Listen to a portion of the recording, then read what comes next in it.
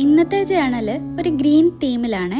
ഗ്രീനിന്റെ different shades വരുന്ന കുറച്ച് ജങ്ക്സും സ്റ്റിക്കേഴ്സും ഒക്കെ ഞാൻ അതിനായിട്ട് എടുത്തിട്ടുണ്ട്. ഇതൊരു പേപ്പർ കവറാണ്. ഇത് കട്ട് ചെയ്ത് ഈ സൈഡിൽ ഒട്ടിച്ചു കൊടുക്കുന്നുണ്ട്. നമ്മൾ ഏത് ജേണൽ ചെയ്യുമ്പോഴും ജേണലിനൊരു എസ്തെറ്റിക് ലുക്ക് കിട്ടാനായിട്ട് ഇതുപോലെ പഴയ ബുക്കിന്റെ പേപ്പർ എടുക്കണം.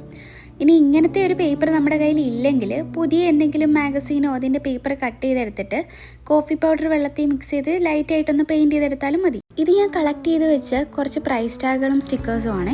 ഇനി ഷോപ്പിങ്ങിനൊക്കെ പോകുമ്പോൾ ഇതുപോലെ കിട്ടുന്ന പ്രൈസ് ടാഗുകളൊക്കെ എടുത്ത് വെക്കണേ. ഇത് നമുക്ക് ഭംഗിയുള്ള ജേണൽസ് ആക്കി മാറ്റാം. എക്സ്ട്രാ പോർഷൻസ് ഒക്കെ ഇതുപോലെ ശ്രദ്ധിച്ച് കട്ട് ചെയ്ത് കളയണേ. ഇനി പിൻട്രസ്റ്റിൽ നോക്കിയിട്ട് ഞാനൊരു സ്റ്റിക്കർ വരച്ചെടുത്തിട്ടുണ്ട്. അതും ഇതിൽ ഒട്ടിച്ചു കൊടുക്കാം. മുൻപ് പറഞ്ഞതുപോലെ തന്നെ ജേണൽ സപ്ലീസ് എല്ലാം പിൻട്രസ്റ്റ് റെഫറൻസ് വെച്ചിട്ട് ഞാൻ ക്രിയേറ്റ് ചെയ്തെടുക്കുന്നതാണ്.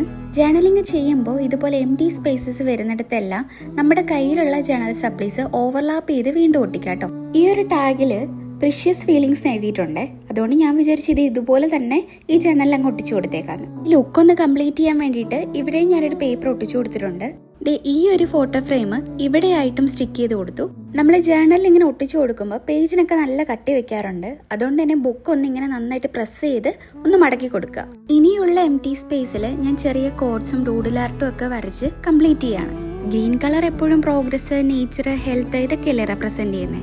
സോ ഇത് റിലേറ്റഡ് ആയിട്ടുള്ള കോഡ്സ് പിൻട്രസ്റ്റിൽ നിന്നോ ഗൂഗിളിൽ നിന്നോ സെർച്ച് ചെയ്ത് എഴുതി കൊടുക്കാം കേട്ടോ. അപ്പോൾ ഇതാണ് ഫൈനൽ ലുക്ക്. അടുത്ത വീഡിയോയിൽ മറ്റൊരു ജേണൽ ചെയ്യാം.